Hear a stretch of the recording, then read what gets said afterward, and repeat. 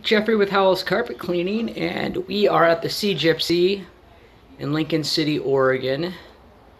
We're going to be cleaning 2 units today. We are going to be cleaning units 209 and 210. And as we walk into 210, kind of take a quick look at the floors here. Berber carpeting. Okay, the first thing I notice is some spots, possibly food. Who knows? As we look around, it's nothing, nothing major anywhere. And then I think we've got a back, bedroom here. Let's take a quick look, peek and see what's going on.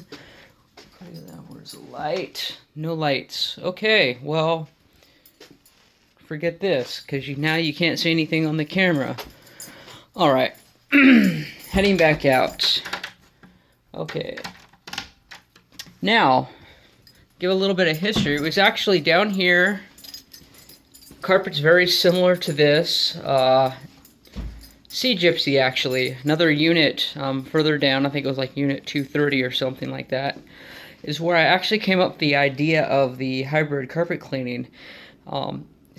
Being down here on the coast, you can see the ocean down there and all that sand. So, they got some access down there to the beach. So what you do is the people that are staying here come up here with sand on their shoes and their feet, and we get piles and piles of sand in this carpeting. I mean, there are times that I go in to some of the rooms and it looks like black spots on the floor. I mean, like, literally when you start vacuuming it, it's just piles of sand that start coming out. So that's where I've decided, hey man, I need to get a very strong vacuum cleaner and just vacuum, because a go over on a wand isn't necessarily going to thoroughly pull that sand out of there. And in fact, I use the same strategy, back in Portland, because the same concept applies. You get, roughly 1 pound of debris per square foot of carpeting in some areas. So I would say that vacuuming, having something strong enough to lift that debris out of the backing of the carpeting is extremely important, especially if you watch some videos of some other carpet cleaners and how quick and fast they move that wand around. It's like, okay, are they really making contact with that debris that's in the backing of the carpet? I don't know. I know the reasons for why I do things the way I do, and I know that it works. So, I'll be continue monitoring the progress as we go along. I hope you enjoy.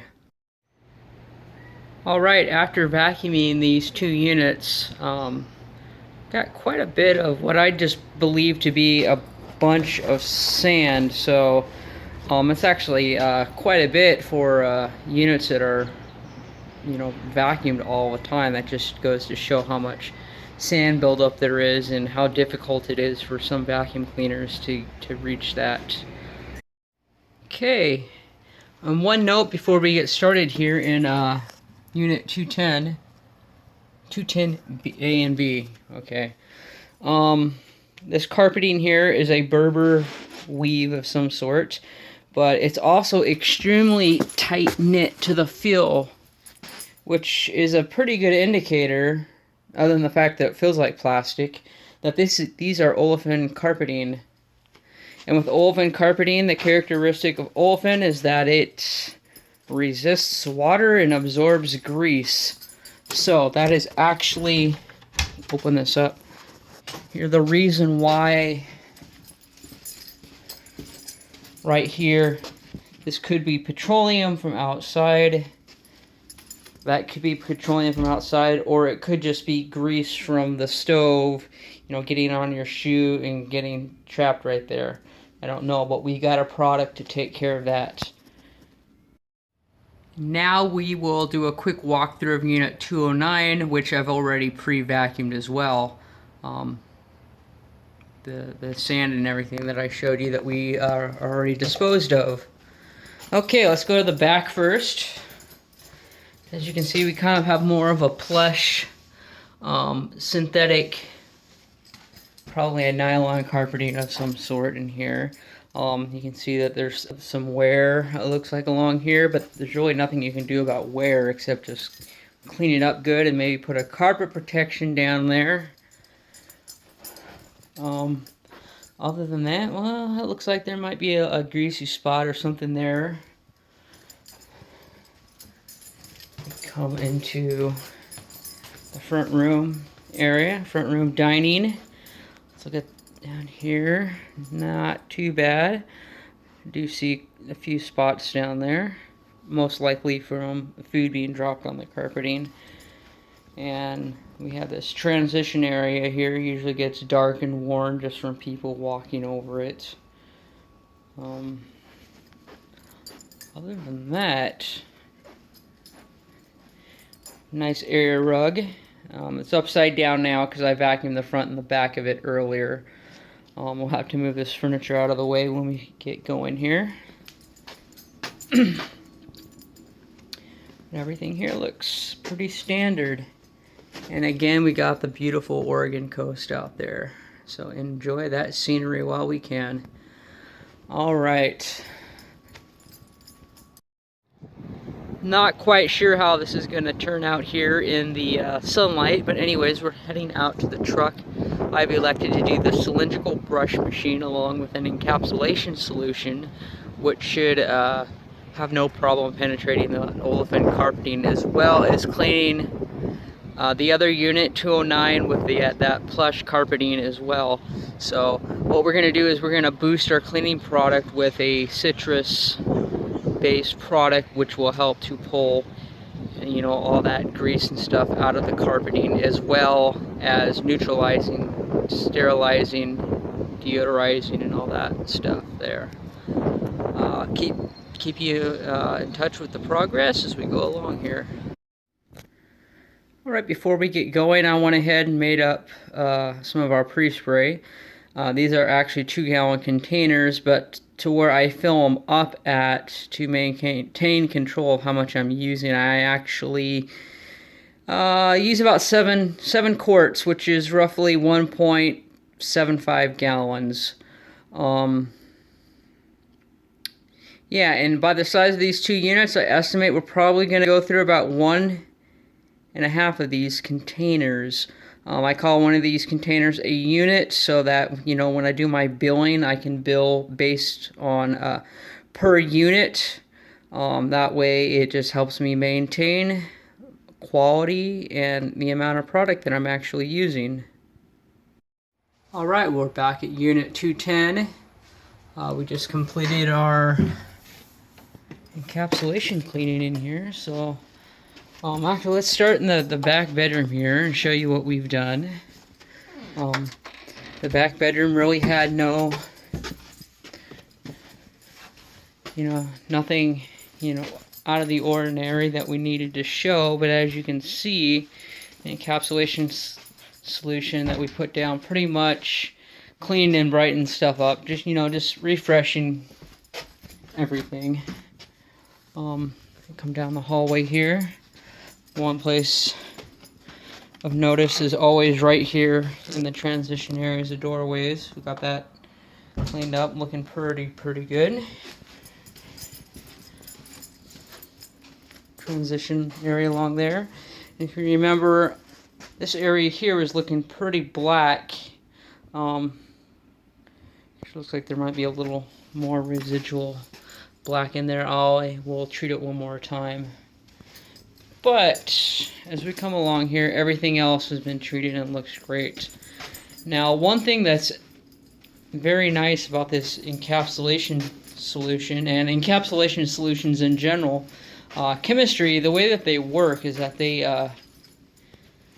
pretty much form little invisible bubbles around debris and dirt, which causes them to become dislodged from the carpeting.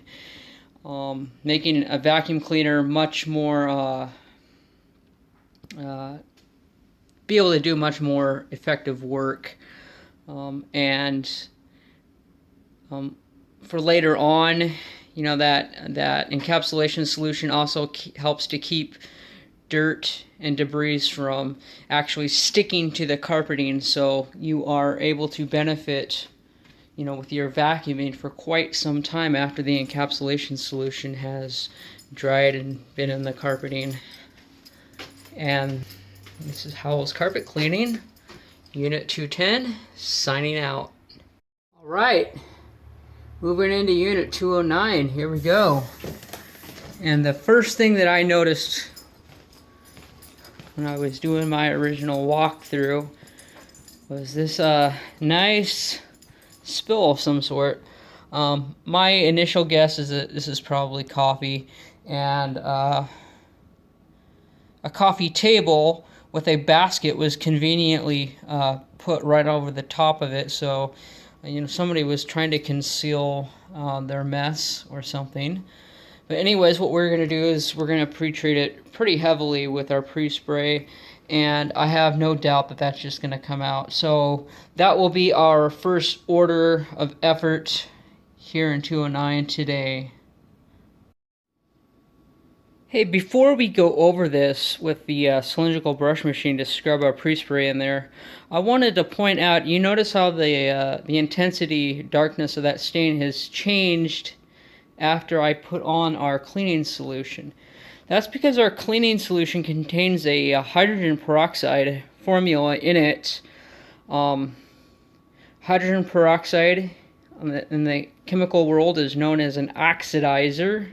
An oxidizer adds oxygen to spots and stains to remove discolorations. I will go further into detail as to what an oxidizer and reducers are in another video tutorial. But as of now, just know that that's what's happening. It's being oxidized, and we are going to go ahead and scrub it out with our cylindrical brush machine. As you can see, we are using this paper towel to absorb that coffee stain right up into paper towel there. So we'll probably go over it a couple of times just to make sure we thoroughly get it all out. Be back in a little bit to show you some results. Okay, so we have finished up here at the 209 condo, and I'll do a quick walkthrough, kind of show you what we have done here. You can see we have thoroughly groomed all the carpeting. Pulled out all the little yuckies and nasties out of there. Got rid of that little grease spot that was there. Pretty much all the grease that was tracked in here by high traffic stuff. Coming over here, and this dining room area, along with doing the encapsulation and grooming it in there and everything, we also put down a fiber guard, which is basically a carpet protection, just to protect this dining room area from food spills and whatnot. So that all cleaned up extremely nice. Coming through here, our whole front room area has been cleaned up. We actually have an area rug here, so it is not affected by the sun as much as the rest of the carpet, and that is the reason for a little bit of color difference here. This is all furniture in the area rug that I'm going to put back down here as soon as the carpeting has a little bit more time to dry. We did have an issue with coffee, and I'm going to check here to see how that's doing, and then I will explain the process of what I was doing and why I did it here in a moment. Alright, Jeffrey with Howell's Carpet Cleaning. I wanted to take this time to explain some of the products that I use, what they actually do, and how they clean the carpeting. But first, this is actually the reservoir tray